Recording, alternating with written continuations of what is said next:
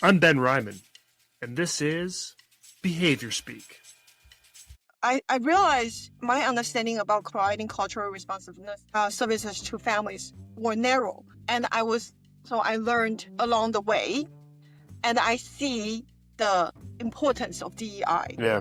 And BCBA is our local chapter, and I think it's important. Like I can see this is my career path now, right? Provide cultural responsiveness parent training. I think it's important for me to join in and to learn from the board, and also bring in the position and be able to give the voice, so I can better support. I can be, I wouldn't say the decision maker. That's pretty, but I can be the be one of the voice, to help to push this better fit, Absolutely better serve our underserved population. Welcome back to Behaviour Speak. One of the biggest questions facing behavior analysis today isn't whether our interventions work, it's whether they work for everyone. As our profession becomes increasingly global and culturally diverse, we need to ask, how can we adapt evidence-based practices while staying true to the science? Today's guest, Chloe Wang, has spent years exploring exactly that question. Chloe is a BCBA, PhD candidate at the University of British Columbia, whose research focuses on developing culturally responsive, family-centered, positive behavior support for Chinese immigrant families. In this conversation, we explore implementation science, cultural humility, positive behavior support, and what happens when researchers truly partner with families to build interventions together. If you're interested in making behavior analysis more accessible, collaborative, and effective, I think you're really going to enjoy this conversation. Here's my discussion with Chloe Wang. Hey, Chloe, welcome to Behaviour Speak. Thank you, Ben. Thank you for having me. Yeah, I'm really excited. Chloe, why don't you start by telling us a little bit about yourself, how you found behavior analysis and positive behavior support, and how you kind of got into the work you're doing. Okay, of course. Hi, everyone. My name is Chloe Wang. I'm a Chinese immigrant behavior analyst. I started working as a behavior interventionist back in 2017, so long time ago. I think I started working in this field like most people at our times, not now. I think everything has been changed now. But back then, we probably all got into this field kind of accidentally. For me, it was I was just fresh graduate from University of Victoria in psychology major, and people probably know if you have BA in psychology, and you can do anything or you can do nothing. So I was looking for jobs, and it was not easy. And so I just came across this ad on Craigslist, and then they said they are hiring a behavior interventionist for a child with ASD and no experience needed, and they will provide training. Of course, back then I didn't know what behavior interventionist was, but I was like, okay, they provide training, it sounds fun, and is flexible, and why not? So that's how I started as a behavior interventionist. And I still remember the child, of course. He's an adult now. And I remember my first BCBA in that team, and her name is, I want to say it right, I think Kirsta. Yeah, I can't remember her last name, but she's still working in the field. I still come across her name from time to time. So really grateful for her, because she encouraged me get into the behavior interventionist program at Douglas College, where I met more BCs and get more jobs in the field, and I met Bruce Ham, and Bruce was super nice, of course, as well. And he was the one encouraged me get into the master program, and that's how everything started. Wow. Okay. Krista, was that Krista Zambolin? Yes, that's right. Yeah. There we go. That's such a small field, right? Yeah, you know her. yeah, exactly. I don't, but I know the name. Oh, yeah. It's I think for some context for the folks that are listening, Chloe and I are both in British Columbia, Canada. Chloe's just finishing her PhD at UBC. I'm a UBC grad myself, and so we're quite familiar with a lot of the folks in our area, and so it's been it's pretty cool. I'd like to go a little further back. But you came to China in 2001. What sort of triggered that move? So it's more like kind of like make my dad's dream come true. So my dad was an English teacher. He's retired now. So such a long history, but I just want to make this long story short. So when he went to college to study as English English teacher, that was the year that China just got started. Like after the Cultural Revolution, and they just restarted, like accepting people to university and stuff like that. And they were like, they had like a great relationship, I guess, with US. So they hired or maybe they were seeking, like a lot of like English teachers from US and go to China and teach English there, because back then because they're just restarting everything, so they didn't have enough English teacher. I'm guessing. I think that's what my dad told me. So he met a few of like his favorite teachers from US, and they were, of course, if for the people who wanted to go to China back then, it was like a the late 70s. So they are all very passionate about, their job, and then, about what they want to do and things like that. So they passed that passionate to my dad, I think. And then, so he always wanted to go to US and, to study and just to live there. So it was always a dream for him. And then, for all kinds of reasons, it didn't happen. So when he saw opportunity to sending me over here to North America, he picked Vancouver because he thought the weather is nice, it's more safer, and like people are nicer, all kinds of things. So being a very thoughtful dad, so he picked Vancouver, and so he asked me if I wanted to go, and I was 17, and I was like, oh sure, why not? I didn't like my I was already started my university then at home, and I was in guess what, golf sports major, and so I didn't like it that much. So when my dad asked me if I wanted to go, and I was like, yeah, why not? And that's how I came here. Amazing. And tell me a bit about, we're going to kind of dig into your dissertation work quite a bit today, but tell me a bit about the work you're doing right now, where you work, and kind of some of that, and the folks you're working with. Yeah. So as you said, I'm finishing my PhD at UBC with Dr. Joseph Lucian, and um, I also work privately in South Surrey. That's where I live. And just like any like private behavior consultant in BC, like we provide in-home services. I go I go visit my families, and then I help families forming team, and we do all the behavioral intervention at home. And that's my private BC work. And I also work in Richmond. We have I work with a few other professionals, and in a small clinic. I kind of joking when I explain this to my Richmond clients. It's like we're kind of like a hair salon, and we're just renting a space. So we work together, but we don't really work together. So yeah, we share a front desk, we share a manager. So we are kind of like we are in between the home services and then the big agencies. So families will still come to us to the clinic for the sessions.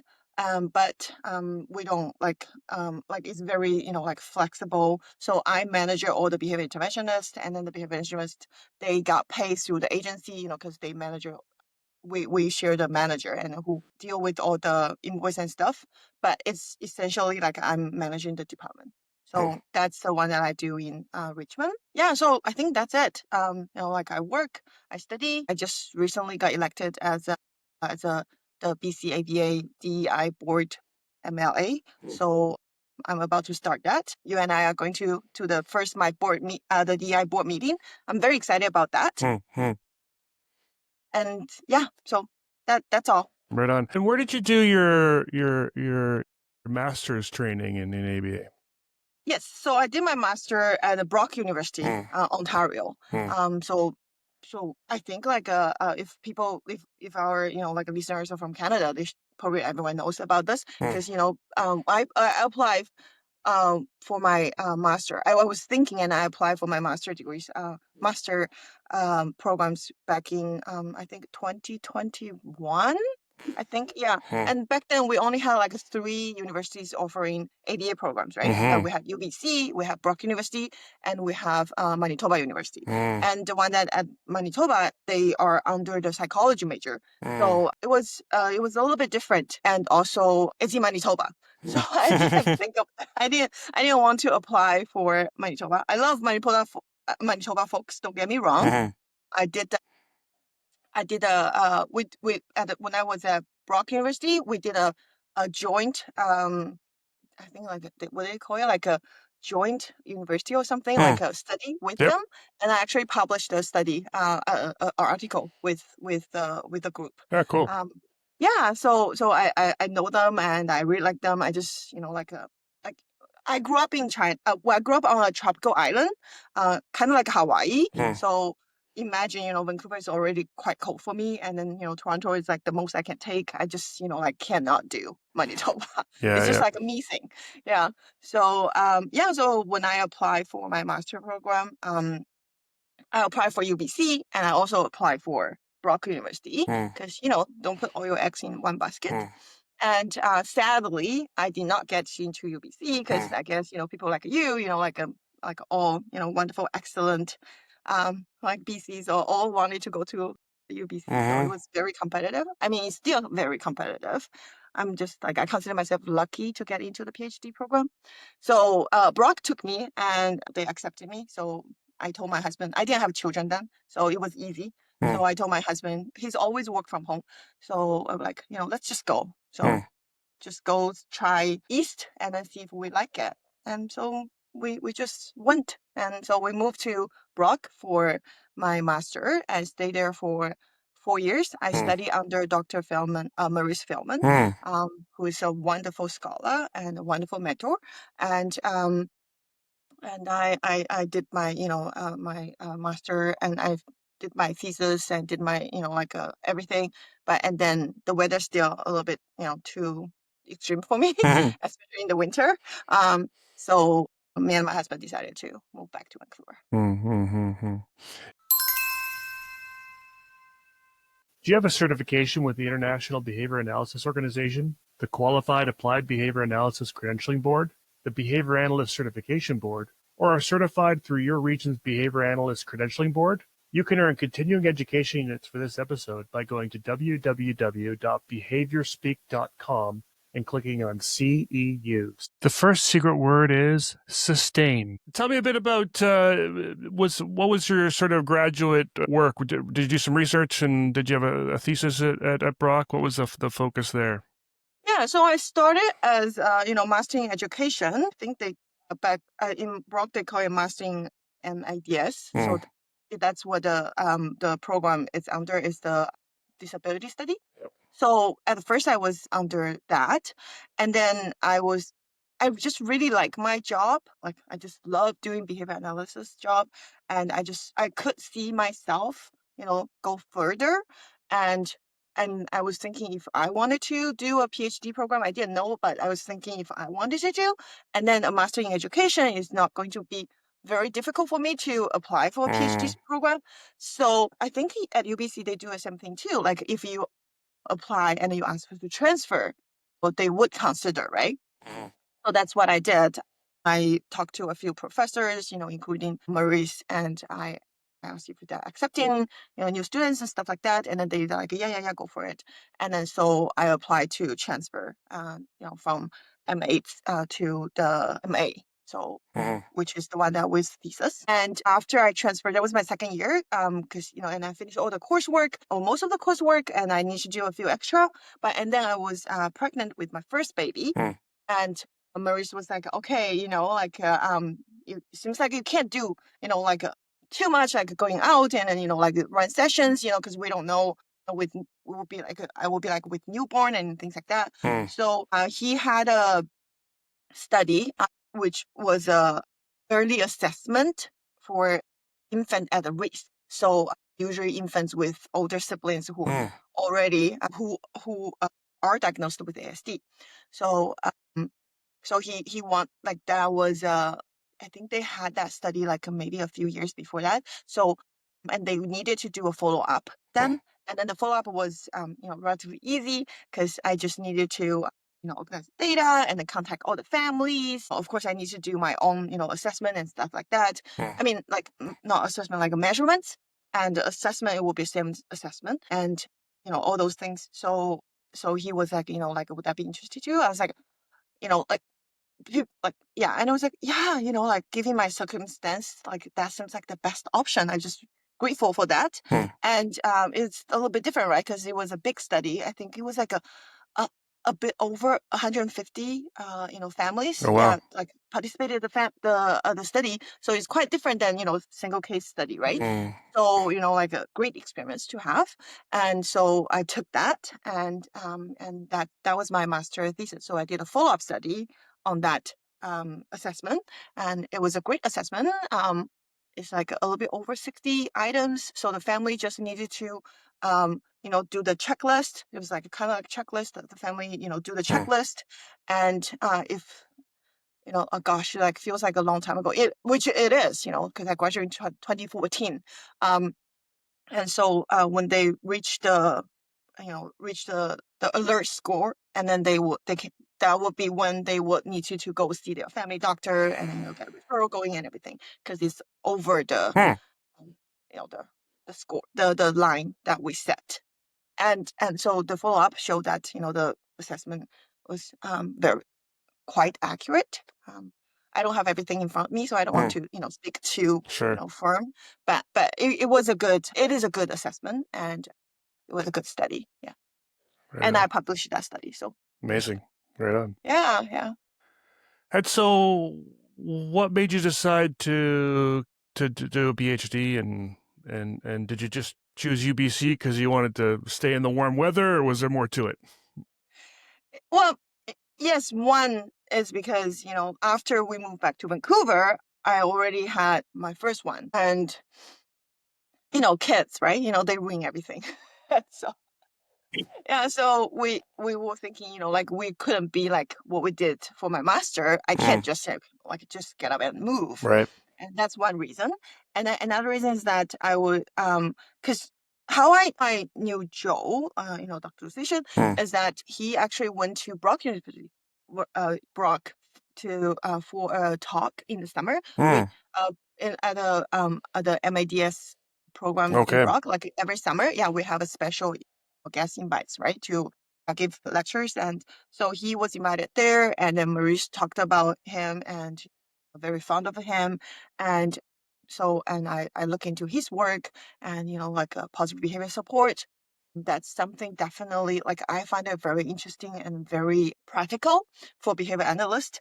I've always used I follow adapt PBS format ever since I started working as a behavior analyst. So that's that. And and yeah, I think like a few other little things, minor things, but mostly because I wanted to stay in Vancouver, and Joe's work is just very interesting.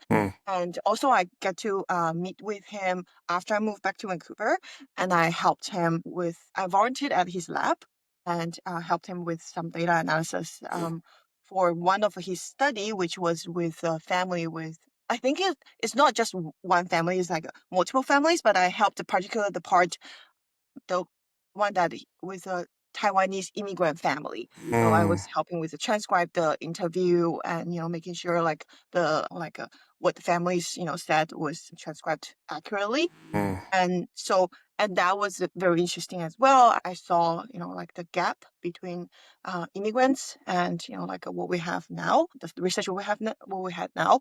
I mean then, but still now, still huge gap. So everything add together, and I decided to apply for UBC program, with to work with him. Amazing. Amazing. Yeah. And your study is a culturally responsive, group-based, family-centered PBS support for Chinese families of children with ASD, a randomized control trial. That's a mouthful. That's right. That's a mouthful. Yes.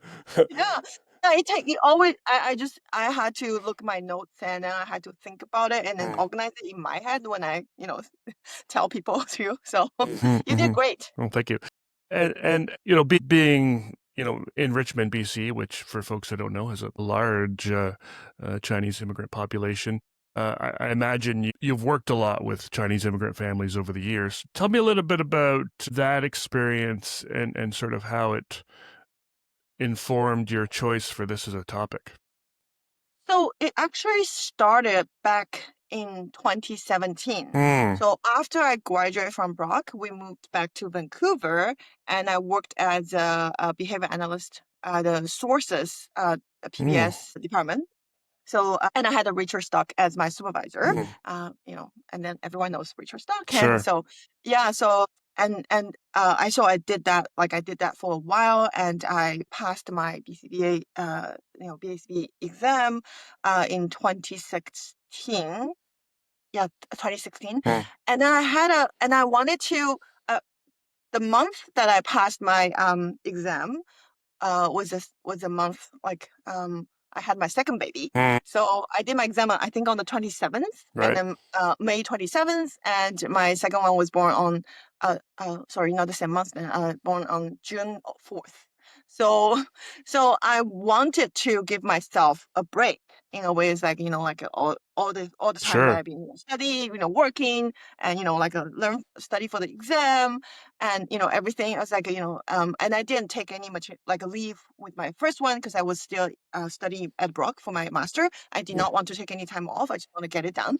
And so I was like, okay, maybe I could just do a 1 year leave, enjoy my children, and just relax a little bit. And then I had a opportunity present to me, and it was from one of my committee member of my master program, Dr. Xudong Liu. So he was from Queen's University, actually. So he was on my committee member because he participated. No, I can't say participated. He developed the assessment that I talk about, for my master program. So he developed the assessment with Maurice Feldman, back in Queen's University, and that's where Dr. Feldman, worked there before Brock University. He moved to Brock and then built a whole program. So yes, so that's why Dr. Liu was on my committee, and he just enjoyed my work, and I guess he saw that I could be the person for his next project, which was to build a autism treatment center in China, Qingdao, China. And so he was like, we talked about this briefly before, my second one, but nothing was said. But and then it's all good, the government approves, how China government needs to approve. It is a project funded by the government anyways. So everything's done, and then he was like, would you like to go? And because he needed one to be there, to stay there for at least 1 year. But everyone here was we could they were not able to do so. I work with Bella Chan. Bella also was a PhD student with Joe. He graduated. She graduated 3 years ago. So so she worked in West Van. So Bella was also one of their BCBA, Dr. Liu was seeking out, and Bella wanted to do those, but she couldn't just live there for a year. And just so happened that I could, because I already end with Sources, because I was preparing for my 1 year maternity leave. So I was like, okay, it's China, it's my home, and my parents will be there. They could just help me with the baby. And originally my husband was gonna go with me, because remember, he worked from home, and then something happened at work, and then he couldn't. And then so I thought, it's such a good opportunity, and I haven't been home for so long, ever since I leave, in 2001. So so I've decided that forget about everything about I say, when you have baby you can just get up and move, but apparently you can't. So we packed up 7 suitcases, and then we just moved to Qingdao. So I stayed there for a year, and I worked closely with all Chinese families. And we had the opportunity to invite Joe to come over to do a 2-day workshop, and specifically on cultural responsiveness, responsible PBS. It was very moving because it was the first time that I watched him to do the whole workshop as well.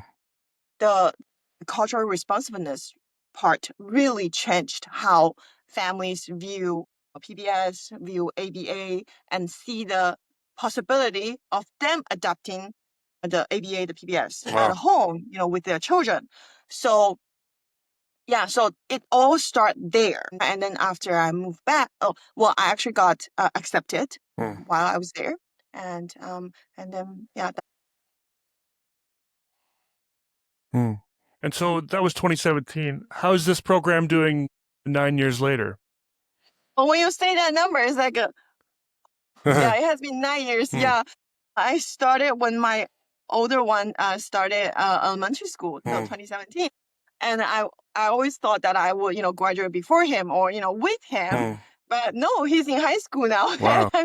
So I think both Joe and I wanted to take it slow in a way. This is such a big project because, yes, of course, it is a replicant of Susan Foster's 2022 study.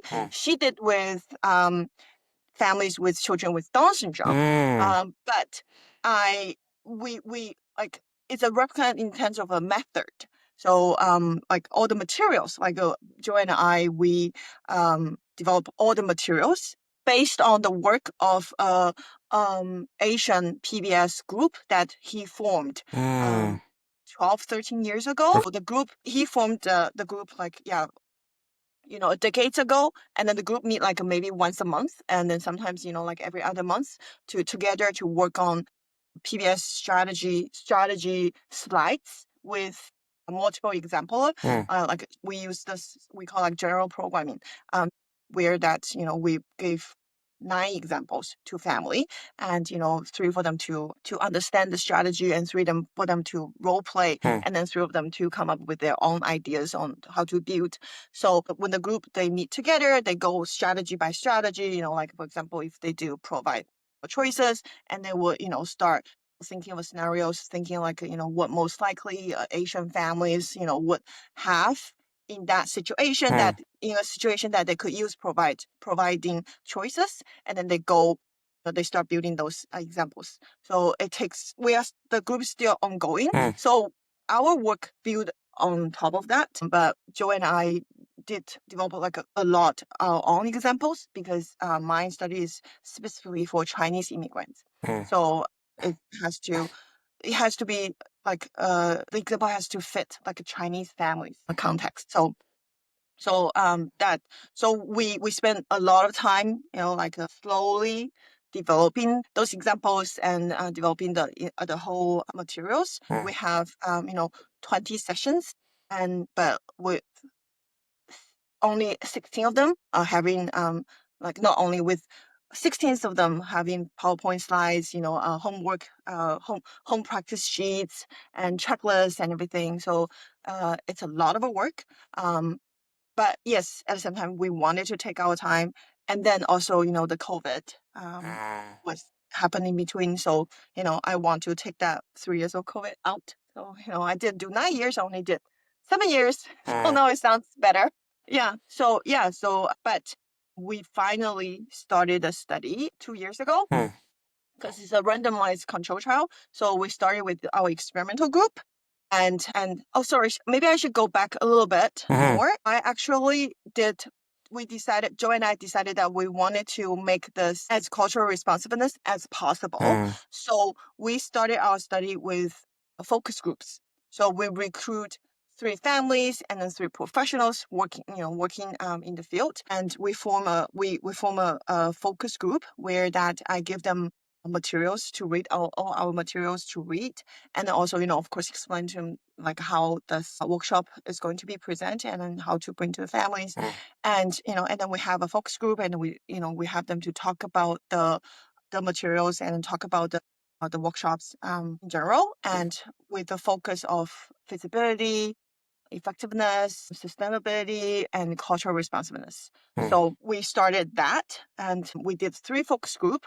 And then after the second focus group, which we already discussed all the materials, and then I sat down with Joe. Of course, I did the data analysis, and then we did the sub themes and all kinds of like everything that you needed to do for quantitative, qualitative data. Yeah, this is the thing when you are, like a ESL then.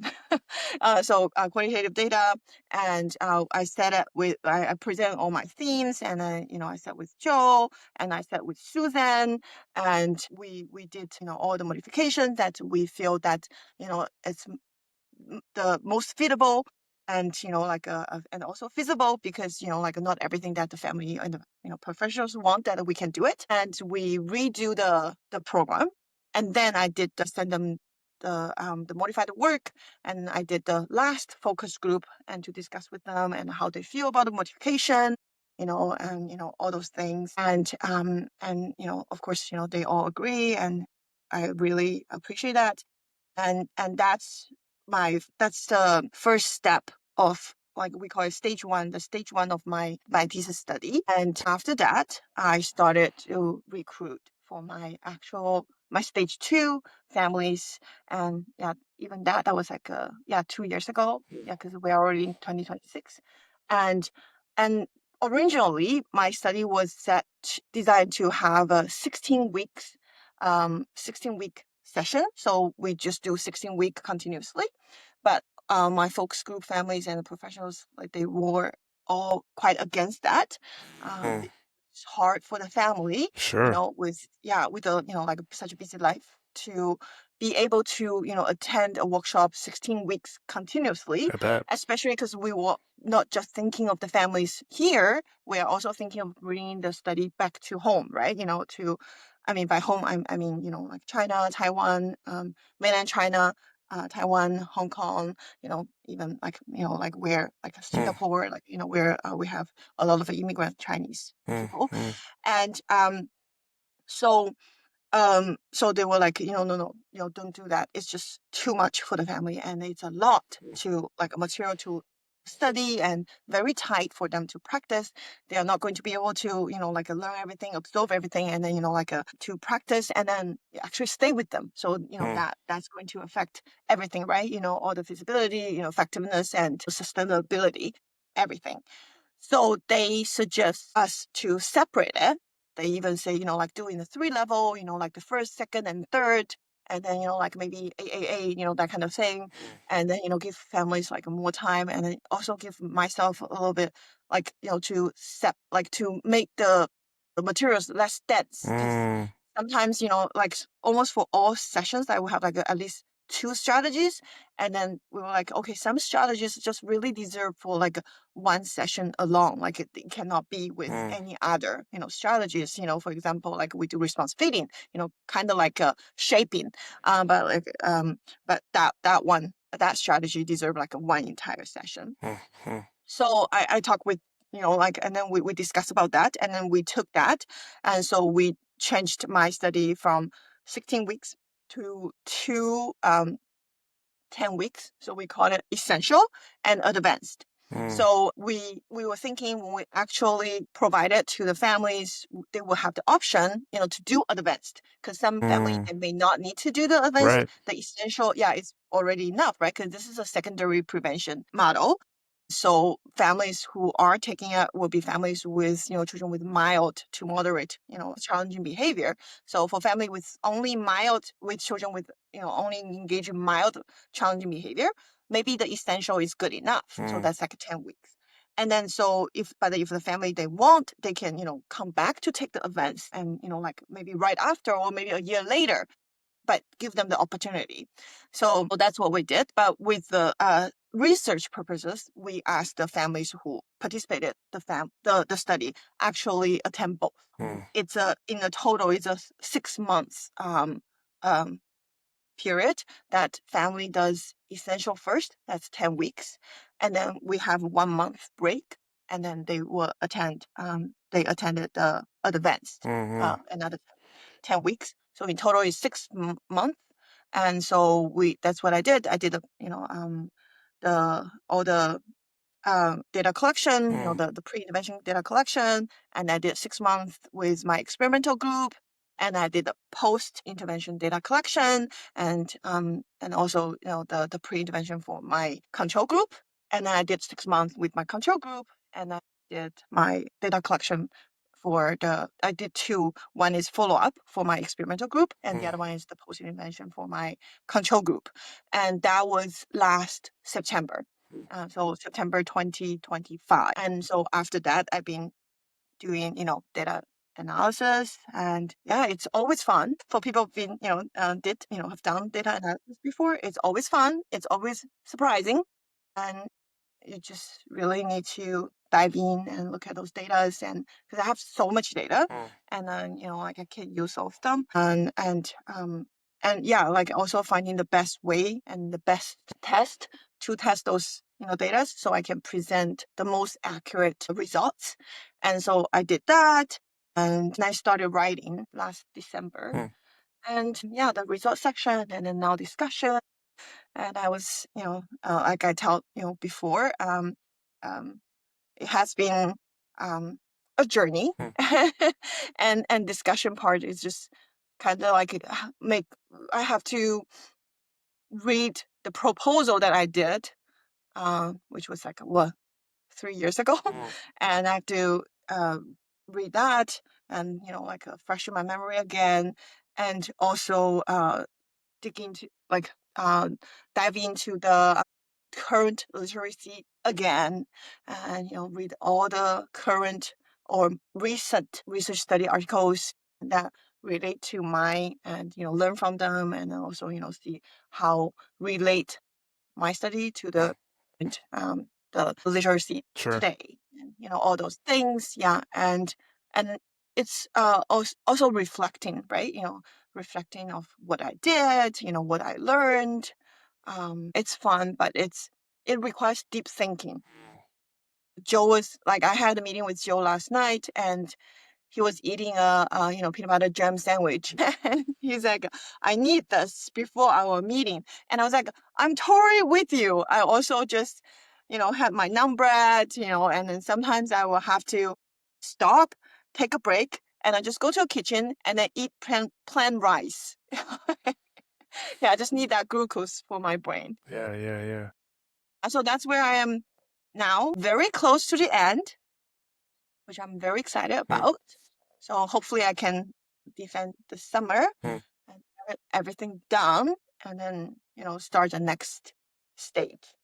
I want to ask it's awesome. And I want to ask a few questions to unpack a little bit. First, I want to go back to the focus groups. I think that's a lovely idea, addition to sort of, ensure things are culturally responsive. And I think this is, would be a good practice for any practitioner who's maybe developing a training, developing a workshop. Can you tell me a little bit more about the first, even the makeup of the focus group? So I assume it was 3 Chinese immigrant families. Tell me about the professionals. Were these also Chinese professionals? Tell me, and why was it important to have both professionals and families in the focus group? Yeah. So the approach that we use is called the IKT study, right? So it was an IKT study. So it's integrated knowledge translation. Okay. And that's, you are totally right, Ben. It's highly recommended, and it's highly recommended, and then scholars to adopt the IKT approach. And so that's an approach really brings, the researcher and the knowledge users, together from the very beginning of the project, right? And, of course, it's very fitting for when you want to conduct a cultural responsiveness study.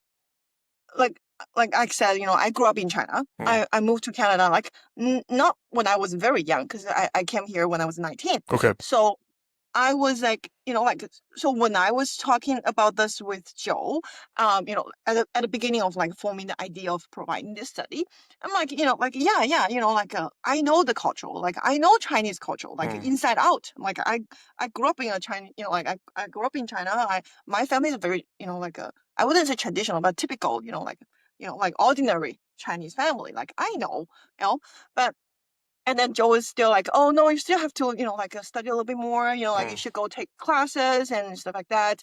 And I did. I actually took a class with Dr. Beatty.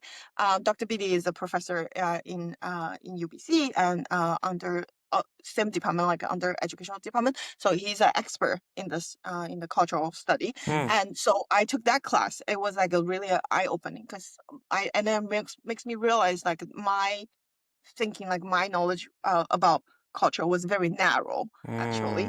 And then was like, yeah, right, like it makes total sense, right? Because I grew up in the southern, like the south part, and then China is huge, just like Canada. So like the people in the south part, like their culture is so different than the middle, than the west, than the east, and and the north.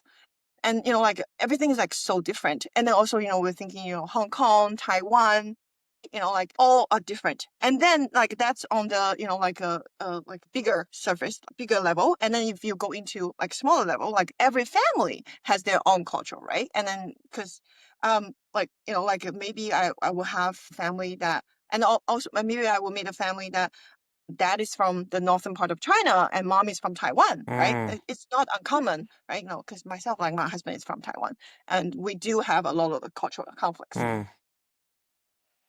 So doing conducting an IKT study before the actual study was definitely, I wouldn't say like recommended or or right thing, like I think it's essential, is critical to my study, and which turned out totally right. As I explained before, we changed the study, our like my the model quite like like I, in a dramatic way, or maybe not in a dramatic way, in a critical way that it, like my study may not be successful if I didn't make those changes. Or it might be successful on paper, but when I actually like put in the practical, when I start using it, and then maybe I will just like have major failure because of that. So so Joe and I, like we talked about, what we want to do before the actual study, to really making sure we are culturally responsible for the for my dissertation study. So we look at what Susan did for her study. So what Susan did, very similar thing. She didn't do I like like, forgive me if I'm wrong, Susan. So she didn't do an IKT. She did an actual mini study before her actual study. So she did, I think so. She did. So her study was weeks, and for her mini study, she did 8 weeks. I think like only the essential part of her actual study, and with less family. I can't remember, it's like a 3 or 4. So, but her actual study she did with 6. So 12 families. But with a mini study, she like no, I keep calling it mini study, but like the stage 1 study. Like that's what the right word.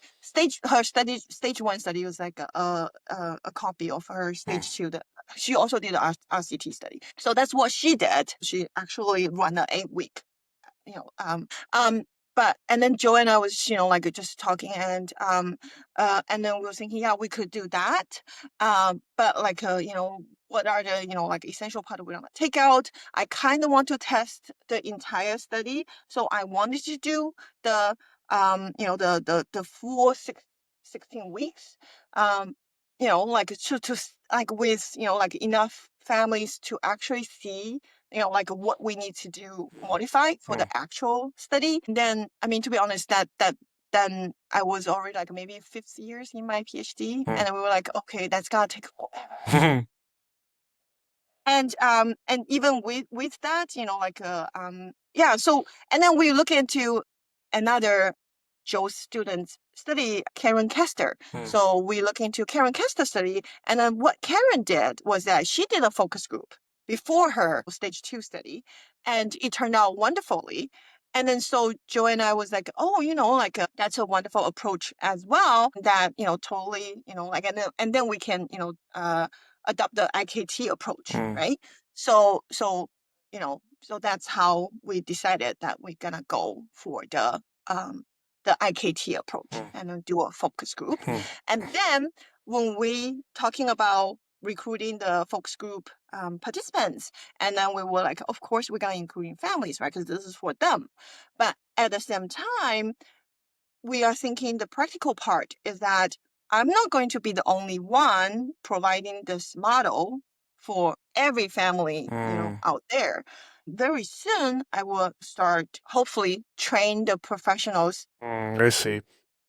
including behavior analysts and also, possible community partners like social workers, special education teachers, because the model itself, all the strategies, they're not rocket science, right? PBS strategies, you put it out there, everyone knows what they are. Maybe they are not implementing it exactly what it's supposed to be, but they know when I say, provide choice, they know what that is. When we say, visual aid, they know what that is, like like, effective request. Everyone know what that is. So it shouldn't be just limited to behavior analysts. It should be to anyone that possible to provide this to, families. Right. So we're thinking that, and then we're thinking, okay, then we should invite practitioners and see how they, because we need their perspective, right? Because eventually they will be the one providing this model.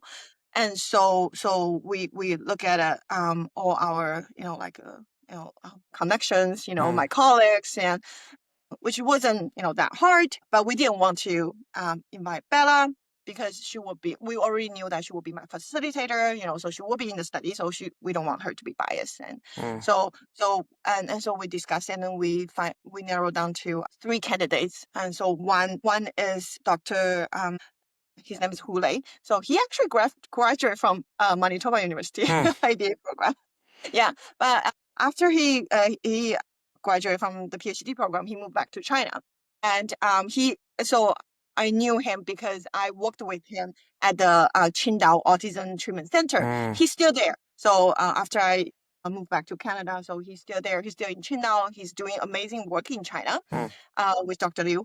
And so then and he had a lot of PBS training, and he's also providing PBS services there as well. And so he knew, so he knew the culture in China, he knew the culture in Canada. It's like a perfect candidate. So invite him, and then we invited Diana Yip.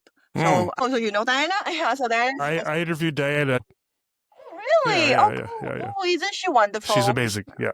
Yes, she is. And she has been doing so much great work Yep. in Hong Kong and, and everywhere, right? Actually, yeah. So, and, she's like a hardcore PBS Indeed. practitioner. Yep. So, yeah, so we invited her, the fact that she was in Hong Kong, to give us, perspectives, people.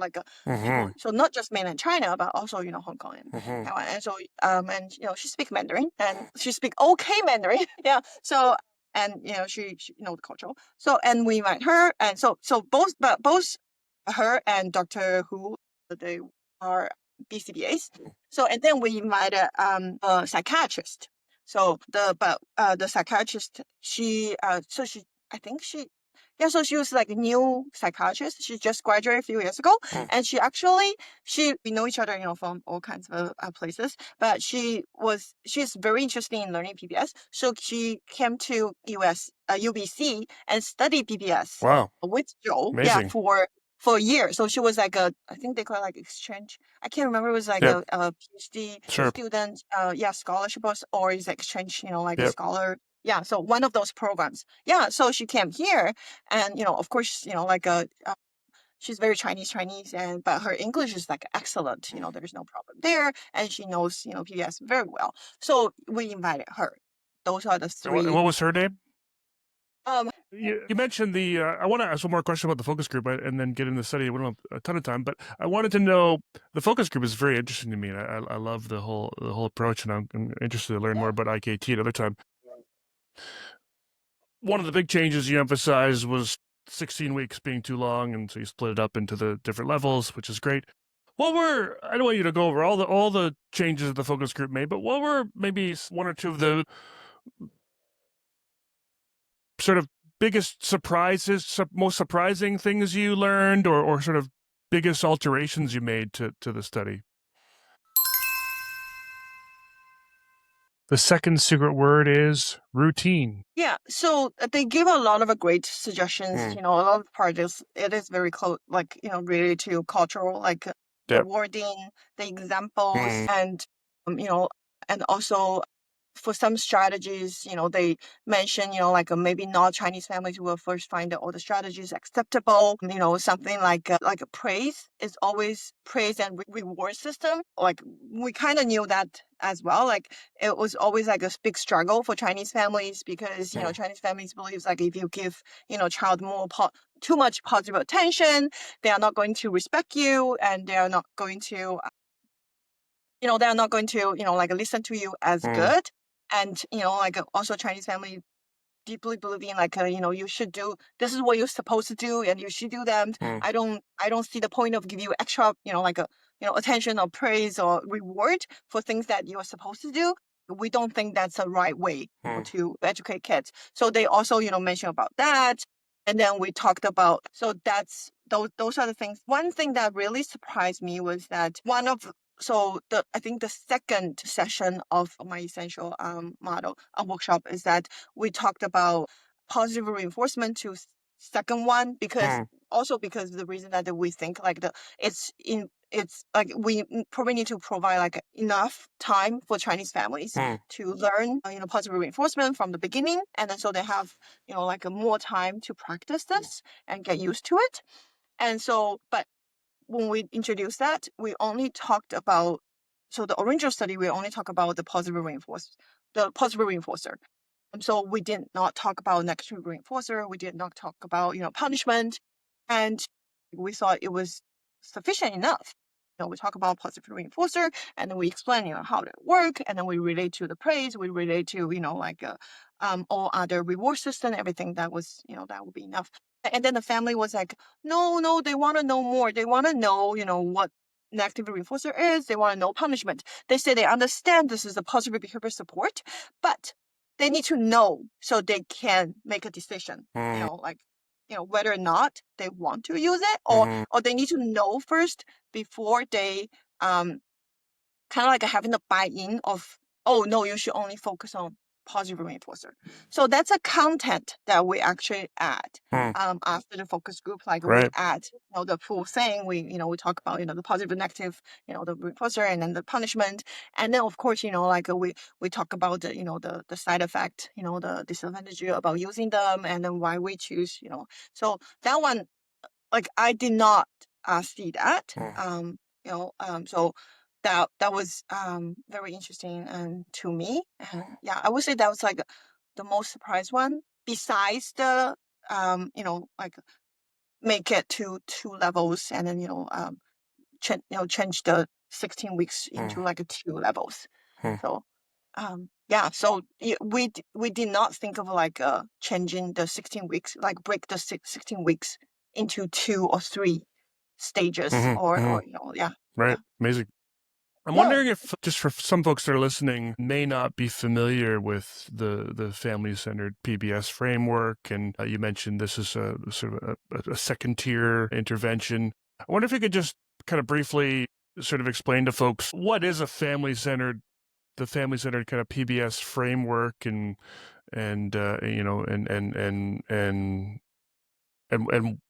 then sort of explain that sort of the sort of 3-tier model a little bit. Yeah, so family-centered PBS is a tier 3 approach to developing individualized behavior support for children who engage in high-level challenging behavior in family context. So we take consideration, family perspectives and the family system when developing support for the child and the family. So when we talk about family center PBS, it's like it's a family focused support that aim to strengthen the family as a whole. So the tertiary support is delivered at the individual level and typically require time intense work with families. So the one-to-one that we all know about, like for my private clients. And when I see the need, and when the family are okay, because it requires a lot of changes at family, and so the parents has to be ready, right? It's basically like, yes, I'm providing support, but at the same time, I'm basically telling you what you've been doing so far are not correct, right? So the parents has to be ready. So when I, whenever possible, and then when I see the need, I also provide tertiary, so tier 3 level PBS to my private families. So that's tertiary level. That's what we call it. And then the secondary. My model is a secondary prevention.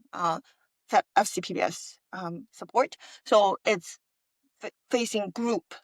So that's why also it's called groups. So I kind of feel like is when we talk about secondary prevention, and then you put group based there, it's a little bit redundant. But like you said, for people who is not familiar with PBS framework, then they wouldn't know secondary means group work. It is it is for the group, and then there is also tier 1. So tier 1 is even is even more broad. A lot of time it's like maybe you give brochures about information about PBS, and you talk about strategies. So there's no you don't focus on any specific group or individual. You provide a broad introduction about PBS.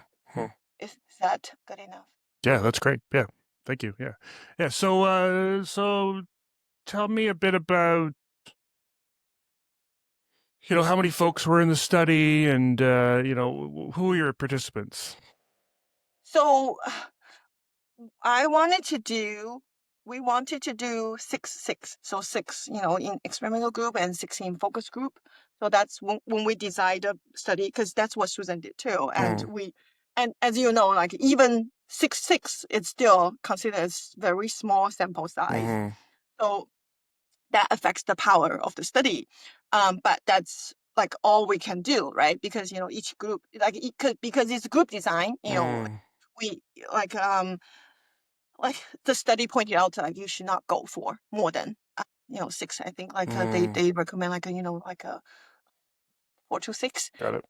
So you should not go for too big. But if we do more groups, and that's going to take very a lot times, and I probably are not able to do so anyways, so practical reason. And so we wanted to do 6, but we could not recruit. We was not able to recruit enough.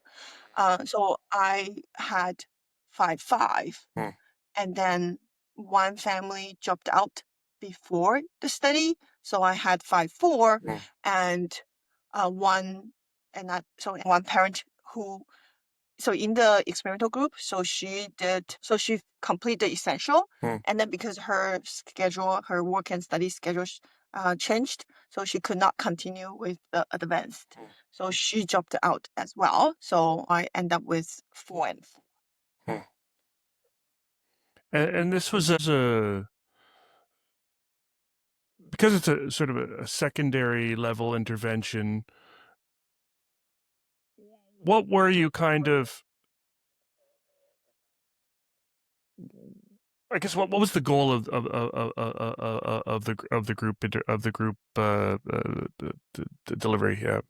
Yeah, sorry, I should have provide a little bit information. When we do family-centered PBS, we always we always go by routine. So it's all routine-based intervention. Right. So we select a valuable but yet problematic routine together with the family. We select a valuable but problematic routine, and we apply so together with the family. Sorry, this will be happen when at a tier 3 level. So we will set a routine, and we develop a plan together, and then we implement the plan, and and then we go from there. So with tier 2, because it's a group based, and so we won't be able to go with each families and help them to build an individual plan for the routine they selected. And so the families, they will come to the group and then they will learn the strategy. And then as they learn the strategy, they will start building their own PBS plan. So on the routine. So I guess the goal would be for the family be able to learn how to develop a plan and implement and, modify as needed for a family routine that they find, that's challenging but valuable to them. So with the Susan study, the family, they each pick their own routine. So they could be like dinner routine. They could be, like a walk from school to home. They could be, play at the park. But with my study, we decided to only focus on transitioning routine because that's one thing actually Susan suggested. In like she write her study that transition routine seems like the most difficult routine for family to complete. And from transition routine, if we can actually help family understand transition routine, implement and improve it, it would be family would have better understanding about using PBS as the family routines as a whole. So it's easier for family to apply the strategies or the way that they learn to any other routine. The transition routine is the routine that I would say the most challenging routine for the family.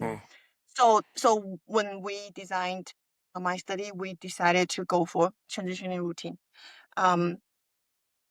So my family, like all families in my group, they have no choice. They had to go for transition routine. But at the same time, we also have 2 generalization routines. So those 2 routines, so they are not direct trained routine because they are generalization routine. Right. So the family, they were able to select whichever 2 that they find most problematic, but yet very valuable. Yeah. Amazing. In addition to obviously measures of challenging behavior reduction, what were some of the other measures in this study that you were kind of looking at to sort of show that this was successful? Yes. So we have the typical one. So we do direct observation. So the family has to videotape the transitioning routine. So that's that's our major one. So we look at that. We see the challenging behavior and we see the positive engagement. So both are our major data. And we also see the successful completion of routine because because transition routine could be very fast. And like it could be like within a minute, and also because it's transitioning routine, so child may still engage in mild challenging behavior but able to complete the transitioning.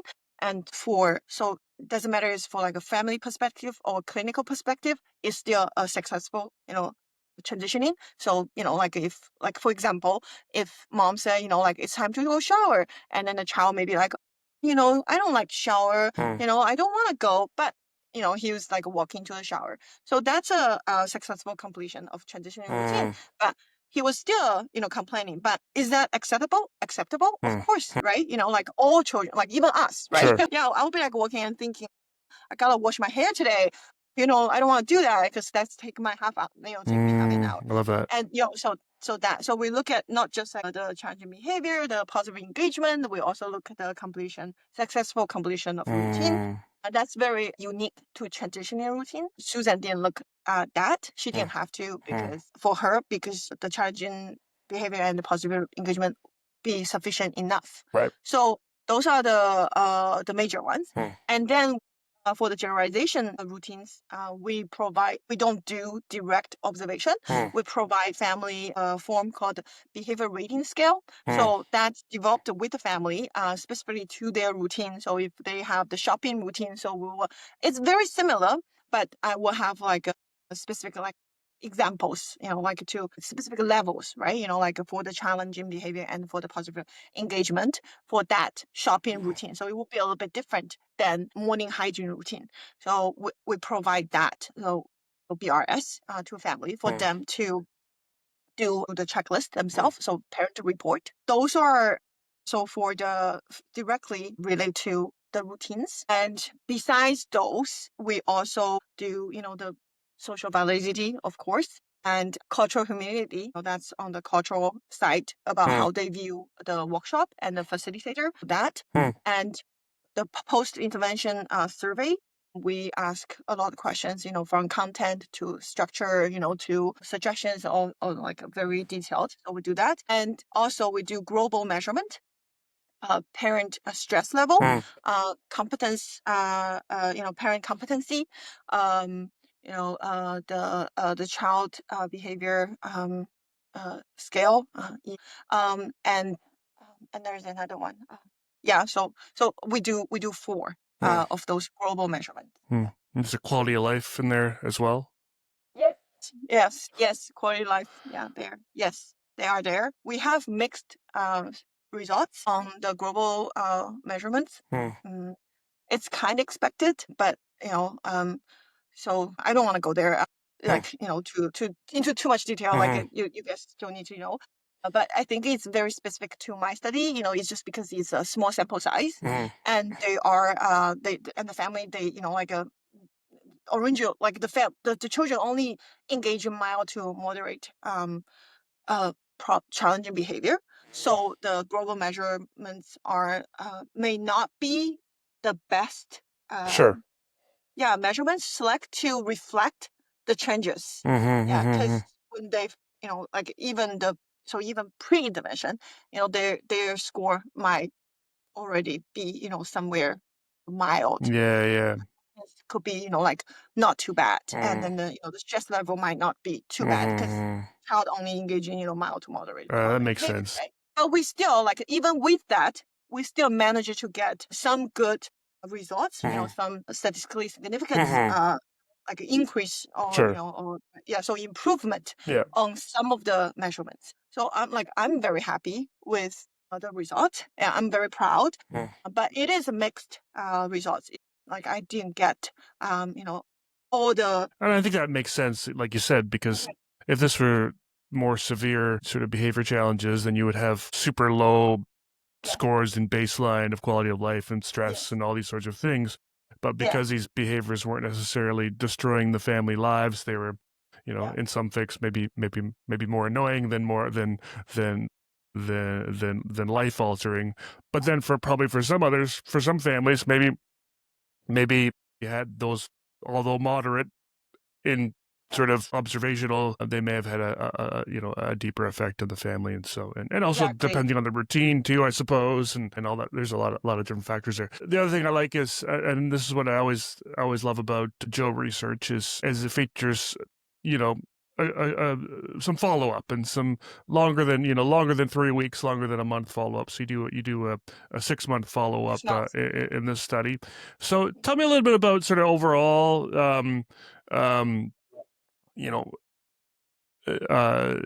Well, tell me a bit about that piece. So it sounds like you had some pretty good results in terms of all the routines for all the families. What was it like 6 months later?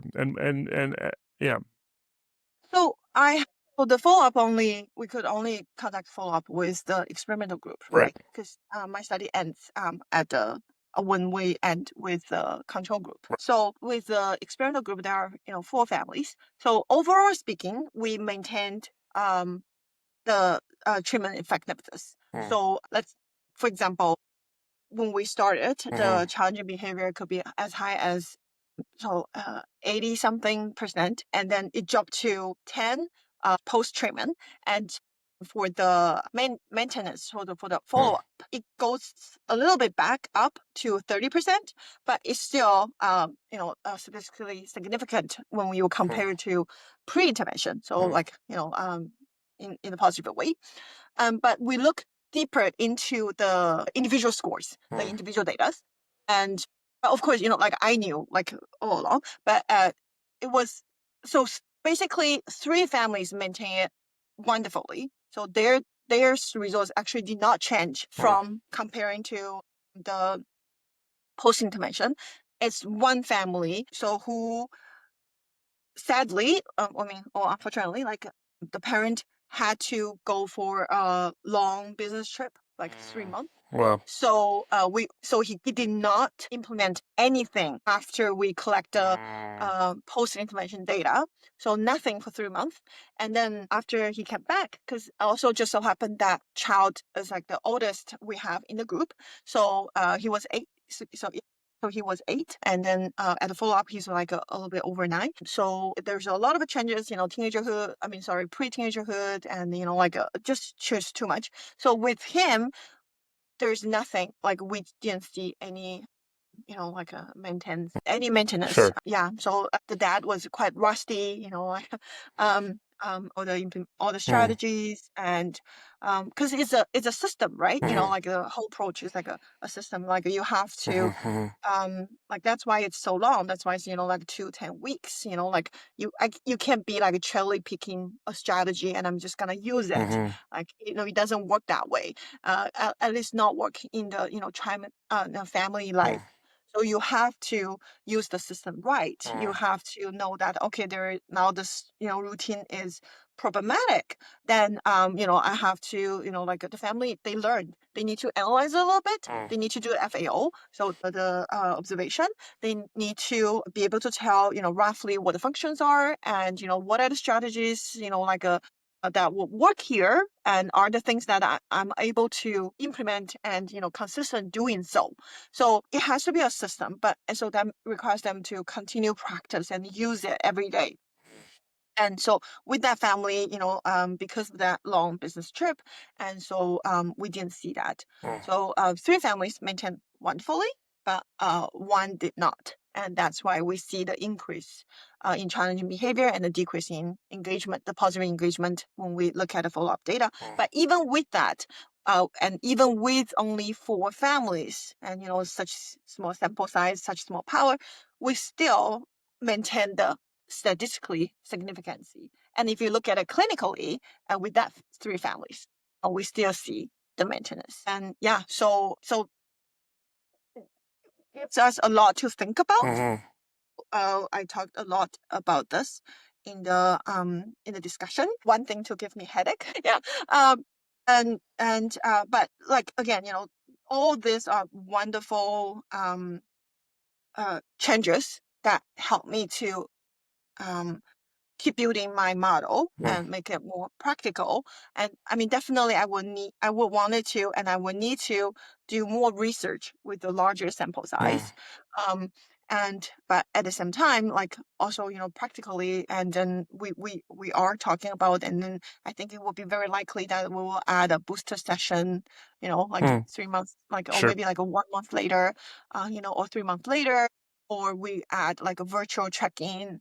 And so with my one of the cultural responsiveness component that I have in my study is we is a WeChat group. So I don't know if you've heard of WeChat. So WeChat is like Chinese WhatsApp, but but with like even more functions. We do all kinds of things on the WeChat. And so I formed a WeChat group from the beginning of the study, and we encourage like a lot of like interactions there, and then continue sharing, and provide encouragements and all those things.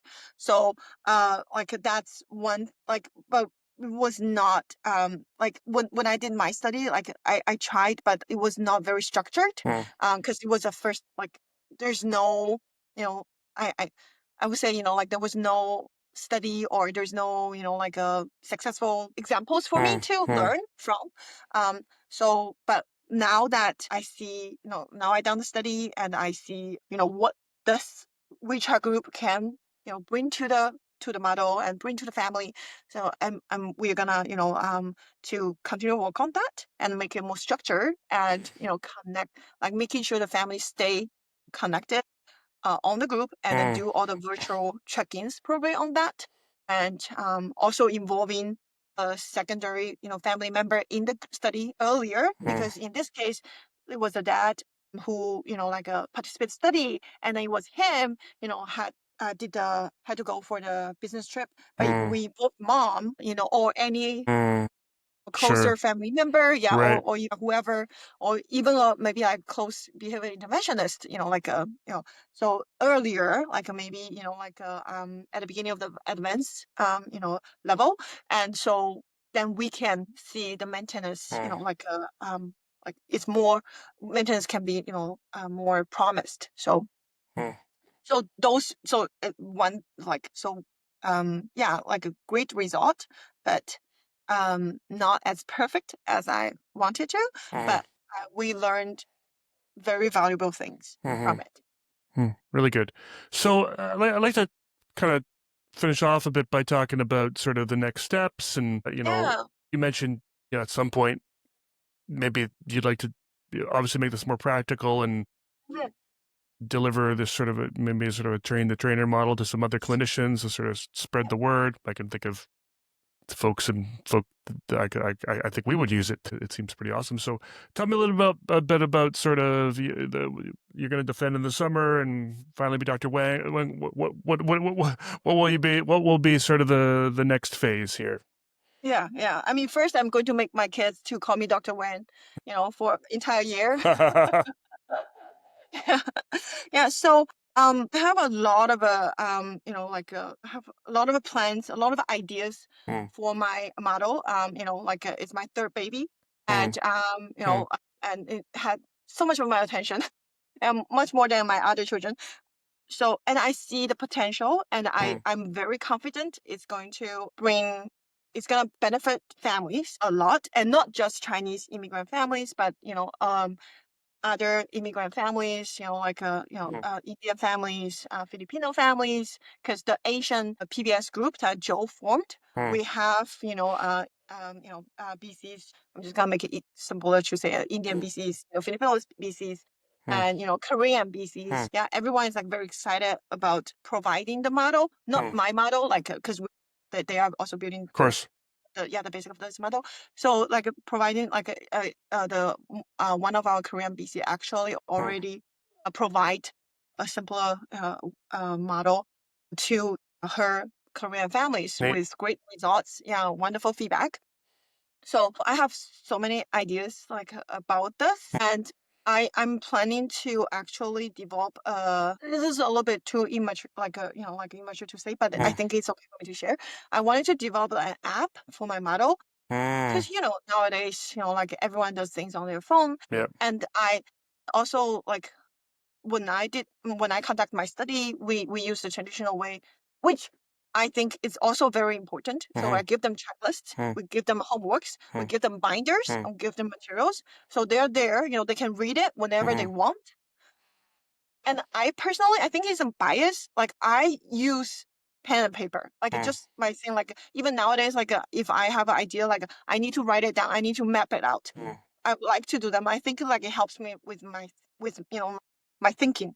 But what I find out is that it seems like for the families, even they have the binder, they have the homework sheet, they would do them, but a lot of time they would just go back home and then just leave it there, and they don't really look at them. Then when I do, because I do a home visit, we provide 2 home visits, one in essential and one in advanced. And then I'll be like, okay, where's your binder? Let's take out your binder. Let's look at this strategy. And then, let's see, how you feel about like when you, implement it, like, right. And then they'll be like, oh yeah, right, the binder. And then it would take them, a few minutes to go look for that binder. And then they didn't even, like sometimes they're like, oh, where is it? Where's it? So I think you have to be, you have to catch up with the modern family life style. So, but if like you will never lose your phone nowadays, right? With me, like I drive a Tesla, so like I always have my phone. Like I don't even have a case that, oh, shoot, I left my phone at home anymore because without phone, like I can't even drive my car. So, I think it will make sense Sure. to have an app and then have all the materials on the phone. And I think like for sure, like like if I do in-person groups, I will still give them the paper one. I will still give them binder. I will Yep. still give them the Yep. all the paper and everything. Because with the binder um yeah, it's just like I think for some people like still works, but at the same time I want them to be able to access it anytime they want. Yeah. I love They that. can be like waiting for the child to go home, and then they're thinking, oh, okay, maybe I should implement a strategy. But let me quickly review the key points of that strategy. They can just take out their phone and then just go click, click, click, and then it's there, and then just quickly review, because each strategy only requires, like we made it like a four or five, key points for them to know, so they can implement it, without, major mistake. So they can just look at it, and then they can just do it. So developing an app is a thing. I love that. Like, I would say that would be like the first thing that I'm going to Really cool. start doing, at the same time as also starting providing workshops to families, because I learned the best from actually doing it. The third secret word is context. Going to be doing a lot more of that. One final question before we wrap up here. You and I are heading to the BCBA DEI committee meeting right after this. I was there, I think, when they first started, and I haven't been back. Yeah, and you are the OG. Yeah. It's been a minute since I've been there, and this is your first meeting joining as the new DEI member at large. You're doing so much already. What made you decide to want to run for this position and do even more volunteer work in this context? Well, I mean, I'm wrapping up with my PhD, so now I have the time. I think it's perfect. That's when I'm thinking of that. Yeah, and I just like when I just wanted to, because like I said, I realized my understanding about providing cultural responsiveness services to families were narrow, and I learned along the way, and I see the importance of DEI. Yeah. And BCBA is our local chapter, and is like the closest thing like we have to family. For professionals. And I think it's important. Like, I can see this is my career path now, right? Provide cultural responsiveness parent training. I think it's important for me to join in and to learn from the board, and also bring like in the position and be able to give the voice, and so I can better support. Like, I wouldn't say the decision maker. That's pretty, but I can be be one of the voice, to help to push this better fit, like absolutely better serve our underserved population. Yeah. Well, with all the amazing work you're doing, I mean, you're going to be an incredible addition to that committee and provide a lot of valuable knowledge. Chloe, really cool chatting with you today about culturally responsive PBS for Chinese immigrant families. Love hearing your whole story. Love hearing about your kids, and stoked to keep working with you in the context of BCBA in a few minutes, and a whole bunch of other ways, I hope, in the future. Thanks so much for coming on the podcast. Sure. Thank you so much, Ben.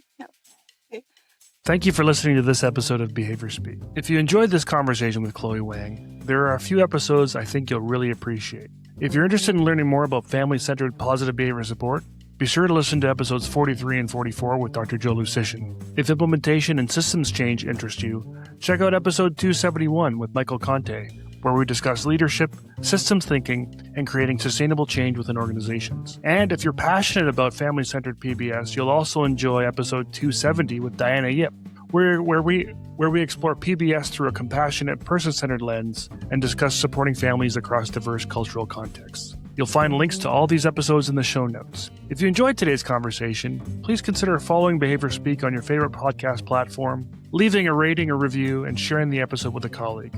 Thanks for listening, and we'll see you next time on Behaviour Speak.